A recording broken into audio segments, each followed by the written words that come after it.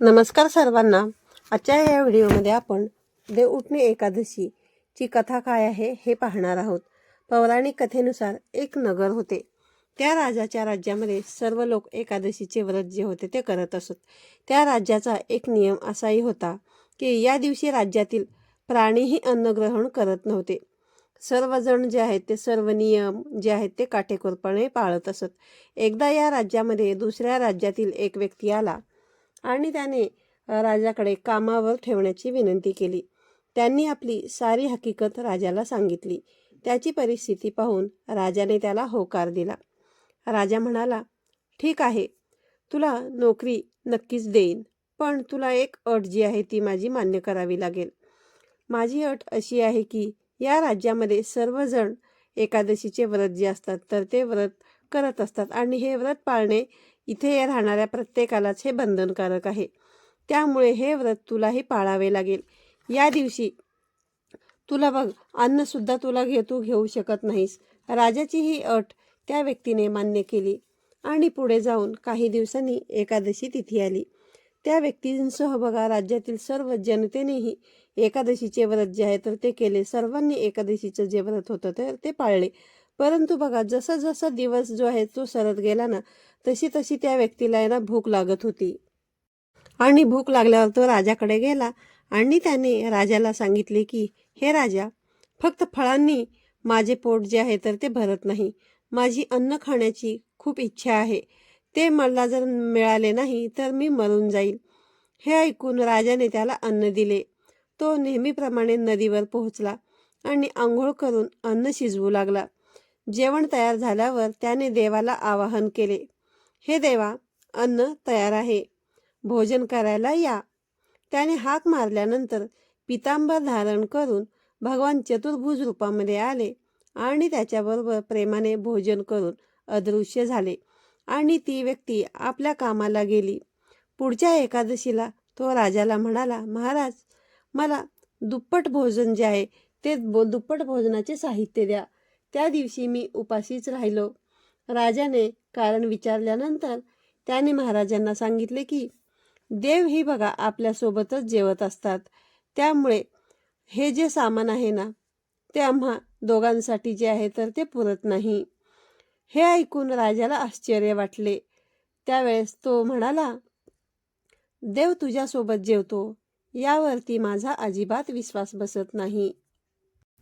मी खूप व्रत ठेवतो, व्रत पाळतो, देवांची पूजा करतो, पण देवाने मला कधी दर्शन दिलेले नाही आणि तुला कसे दर्शन दिले, हे कसे शक्य आहे?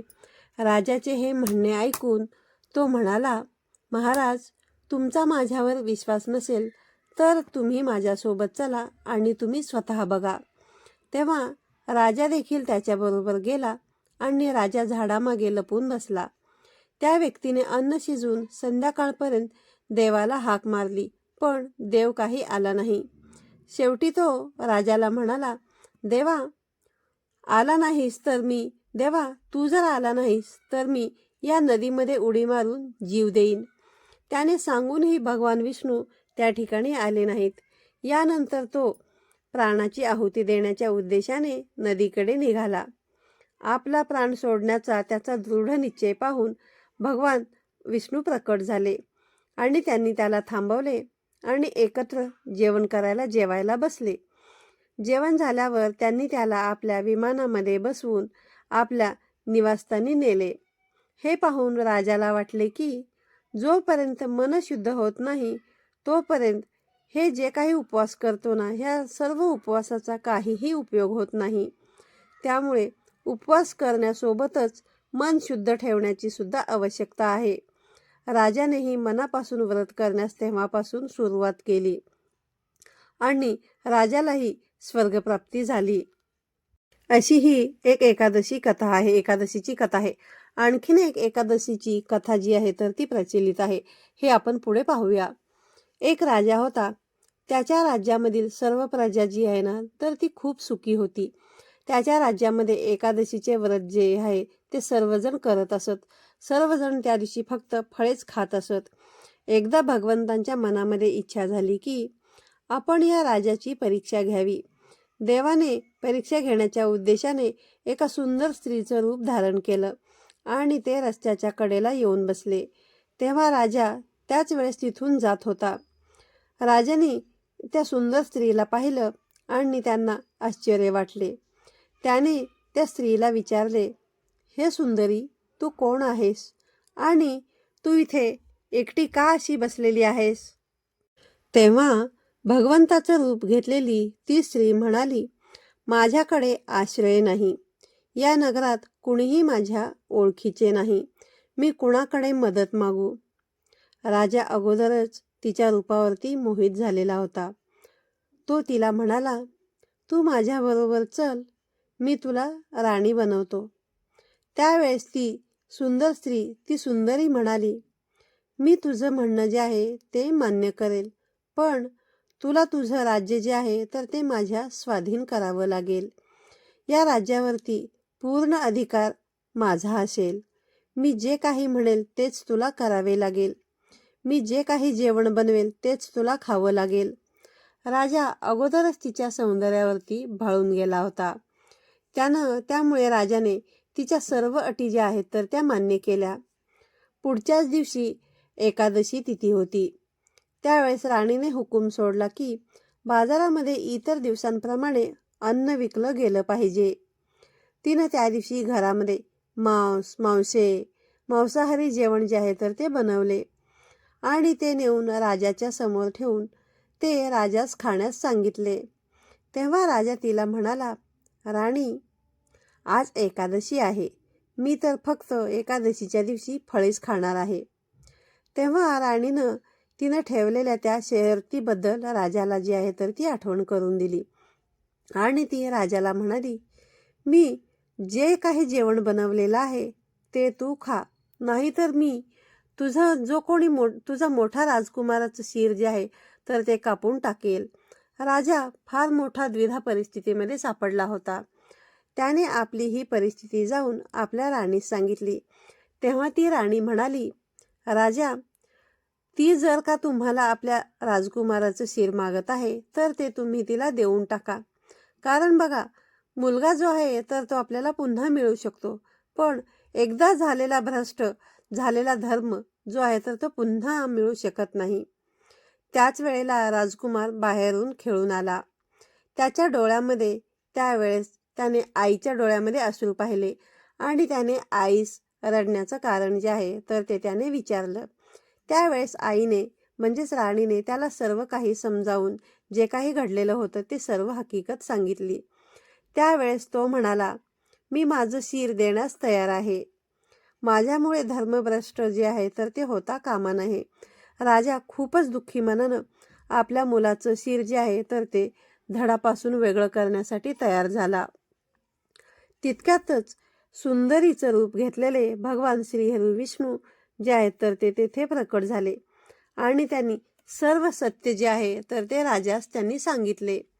आणि भगवंत म्हणाले, राजा, तू माझ्या या परीक्षेमध्ये पास झालेला आहेस. मी तुझ्यावरती प्रसन्न झालेलो आहे. तेव्हा तुला जसा वर हवा आहे तसा तू वर मला माग. हे सर्व काही ऐकून राजाला देखील खूप आनंद झाला. राजाने भगवंतास हात जोडून विनंती केली आणि म्हणाला, हे भगवंता, तुम्ही दिलेलं सर्व काही माझ्याकडे आहे. तुम्ही आमचा उद्धार करा. त्याच वेळी आकाशातून तिथे एक विमान उतरले. राजाला आपलं राज्य जे आहे तर ते आपल्या पुत्राच्या स्वाधीन केलं राजाने आणि तो विमानामध्ये बसून स्वर्गाकडे निघून गेला. देव उठणे एकादशीच्या दिवशी भगवान श्रीहरी विष्णू 4 महिन्यांच्या योग निद्रेमधून जागे होतात असे मानले जाते. या दिवशी व्रत करणाऱ्यांनी देव उठणे एकादशीच्या दिवशी कथेचे वाचन करावे असे म्हटले जाते.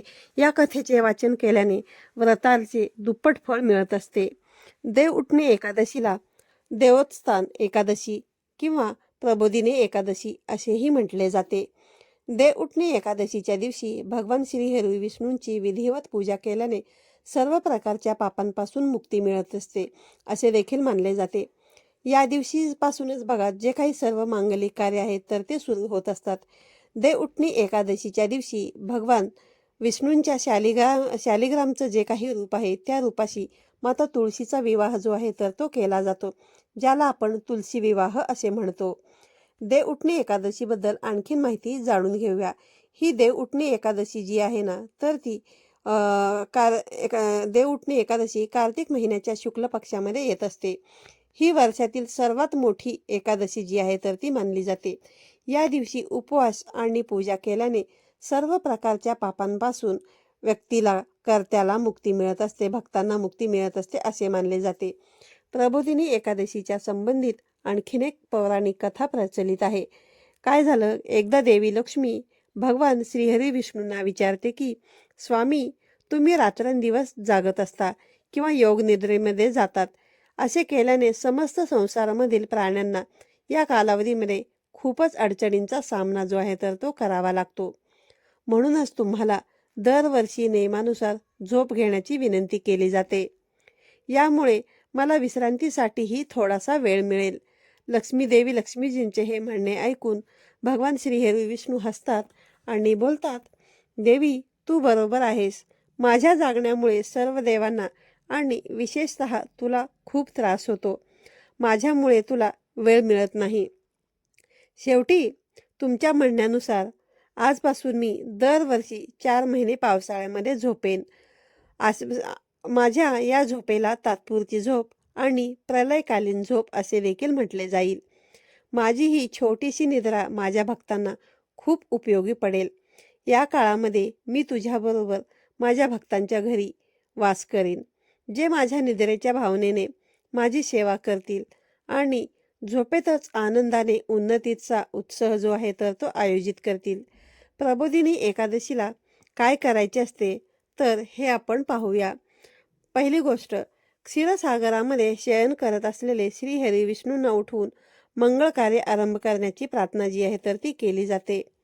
दुसरी गोष्ट, मंदिर आणि घरामध्ये उसांचे मंडप तयार केले जाते आणि सत्यनारायणाची पूजा केली जाते. त्यानंतर त्यांना बोर, आवळ्यासह इतर जे काही हवामानानुसार हंगामी फळे असतील त्या सर्व फळांचा नैवेद्य जो आहे तर तो दाखवला जातो.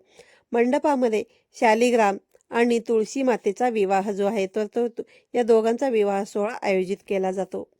तिसरी गोष्ट, मंडपाची प्रदक्षिणा घालून जे कोणी घालतात ना, तर त्यांचं बघ अविवाहित असेल तर त्यांचे विवाह जमते असे देखील म्हटले जाते आणि अविवाहित लोकांच्या विवाहासाठी प्रार्थना देखील या ठिकाणी केली जात असते.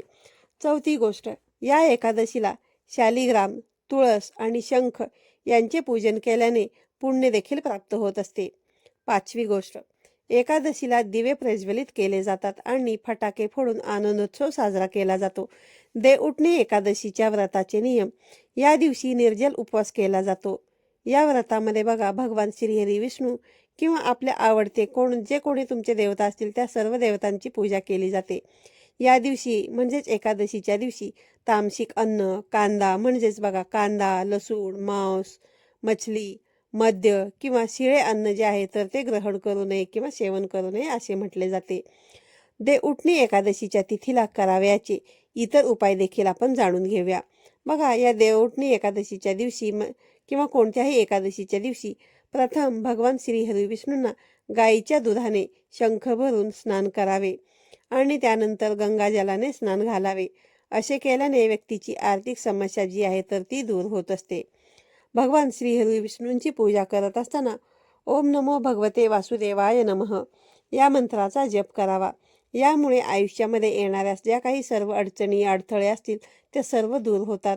भगवान विष्णूंच्या पूजेमध्ये शुद्ध तुपाचा दिवा जो आहे तर तो अवश्य लावावा आणि त्यामध्ये बघा तुळशीची माळ जी आहे तर ती अर्पण करावी. कार्तिकी एकादशीला बघा, भगवान श्रीहरी विष्णूंच्या शालिग्राम रूपाची पूजा केली जाते.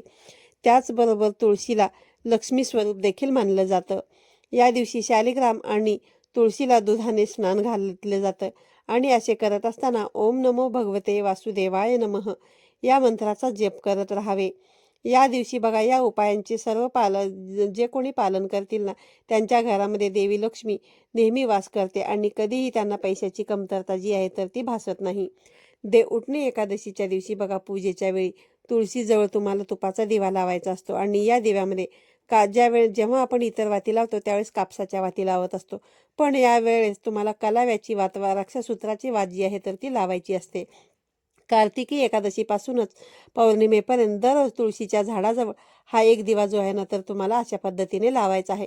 हा जर उपाय तुम्ही केलात ना तर तुमच्या घरामध्ये सुख, शांती, समृद्धी नांदेल, शांती वाढेल आणि देवी लक्ष्मीची अखंड कृपा जी आहे ना तर ती तुमच्यावरती सदैव राहील. तर आजच्या व्हिडिओमध्ये सांगितलेली तर एकादशीच्या व्रताची कथा, त्याचबरोबर जे कराव्याचे उपाय याबद्दलची सविस्तर माहिती तुम्हाला जर आवडलेली असेल तर व्हिडिओला लाईक करा, शेअर करा. पुन्हा भेटूया अशाच एका नवीन आणि माहितीपूर्ण व्हिडिओमध्ये. तोपर्यंत सर्वांना श्री स्वामी समर्थ.